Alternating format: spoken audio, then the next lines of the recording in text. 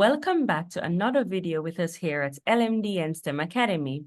In this video, we will be working through the June 2019 Physics Unit 2 Paper 2, and we'll be focusing on question 2B, which is a question from Module 1 about balancing a Wheatstone bridge. So the figure below shows a Wheatstone bridge with a light-dependent resistor RL and a variable resistor R3 along with R1 and R2 in the other limb. Now, we are supposed to show that the bridge is balanced when RL is equal to R1 over R2 times R3. So that's what we're supposed to show. So let's just take a look at this Wheatstone bridge and just break it down into small parts, okay? So whenever we're looking at a Wheatstone bridge, and we have to show that the bridge is balanced, really the condition for balancing is this. For the bridge to be balanced, the potential difference across the points X and Y must be 0. And so the galvanometer would then read 0. Okay? So that is the objective of all of these balancing of the Wheatstone bridges, to find a situation in which your galvanometer will read 0, and that will happen when the potential difference across X and Y, that point there, is 0. Okay? All right. And so let's go ahead with that now. We're proving that now, right? That expression would describe a state where we're balanced. So let's go here. What we're gonna do is, for simplicity's sake, I'm gonna label this point up here as X star, right? This point right here. And I'm gonna label this point down here as Y star. Okay? So now what we have is we have X to X star being one part, and then we have X star to Y as another part. Then we have Y star to Y, and we have X to Y star. So just think of those as like the sections that we're going to be thinking about, right? Now we're talking about PD, right? And you know that PD is calculated as V is equal to IR. So currently, as presently constructed, I'm only seeing resistances on my Wheatstone bridge. So I'm going to drop in some current for derivation purposes, okay? So I'm going to put right here, we're going to call the current that's flowing from that point into this side, we're going to call that I1, right? And then that same I1 is going to come through and come down here as well and flow into that resistor down there. So we're going to call that one I1. Okay, so I1 is just gonna come down here, flow through there, flow through and come down here as well as I1. Okay, so that's that current that's flowing in this limb here. All right, over here now, the current that's flowing, I'm gonna call it I2.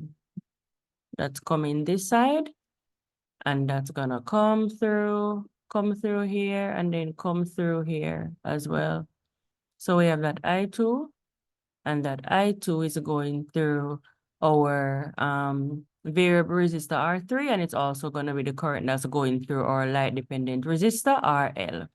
Okay, so now we have all that we need to be able to proceed with this demonstration here of the balancing. So here's what we're going to do to make this as simple as can be. For the time being, we're going to cover up the bottom part of it. So I'm going to cover up this. I'm going to cover up the bottom half down here. So let's just kind of block that out. Just going to block out down here, just so we can see exactly what's going on, right? All right, so let's just focus on this top half for now, right? What we're saying, guys, whenever we're thinking about a Wheatstone bridge and balancing a Wheatstone bridge, fundamentally, if the PD across X and Y, right, has to be 0, there's no potential difference, so that the galvanometer can read 0. What that means is that this potential difference, so the V equal IR over here, which would be I2 times R3, it must be equal to the V equal IR over here. And over here, the V is equal to IR is V is equal to I1 R2. So that's the first thing. If this potential difference and this potential difference is the exact same, like they're equivalent, then that will read 0, right? So we're gonna have to, well, let's write that as our first line here. What we're saying is that the PD across x star, because remember that's what we had called this, x star. So the PD across x star has to be equal to the PD across x star y. So here's x star, here's y. So those PDs have to be equal. And so as we just written it, as we just wrote it, right? The PD across x star is I2R3. So we're going to just drop that here. So what we're saying is that I2R3 must be equal to I1R1, right? And only under that condition, guys, when the PDs are equal, there's no difference between them, aka no potential difference is going to be felt here. And so the galvanometer will read 0. So you've taken care of the top portion of this Wheatstone bridge now. So what we're going to do is we're going to go ahead and just call this equation 1. Okay? So what we're going to do now is we are going to move this thing and we're going to block out the top now. We're done with the top. So let's just block it out and focus on the bottom part now. So the same thing has to be true for the bottom part, right? And by that, I mean that the PD over here, which would be V is equal to I2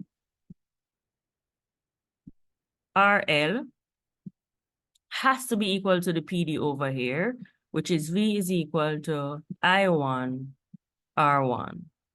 Right? If these two PDs are equal, there will be no potential difference across XY. The galvanometer will read 0. Okay? 0. Remember, that's our goal for balancing, is that this reads 0, and that's going to be the case when this potential difference is equal to that potential difference. So there will be none across X and Y. So we're going to capture that here again as well. So what we're saying now in this bottom case is that the PD across, where are we now? PD across X, Y star, right? That PD must be equal to the PD across Y star Y, right? Y star Y. And so let's just capture everything there as well. So what that means is that I2RL, so that's the PD there, must be equal to this guy here, I1R1. Only under that condition will the bridge be balanced. Okay? In fact, so let me just correct something here real quick. I'm realizing that I call this R1, this is R2, right? So let's just correct that real quick. So this guy should be R2. So it's I1 times R2, so that should be R2. So let me just capture that real quick, just correct that here. All right, so this should be R2. So we have to make that correction. So see, I1, R2. So that's that one. And then let's cover it back and come back down here. So what we're saying is that I2RL, right? I2RL must be equal to I1R1. So that's what we have there. And we're just gonna label that as our second equation, right? So now we can take off our cover and just look at everything holistically now. What did we say? For this part to be balanced, right? For the galvanometer to read 0 for the top part, this has to be equal to this, and that's what we captured there.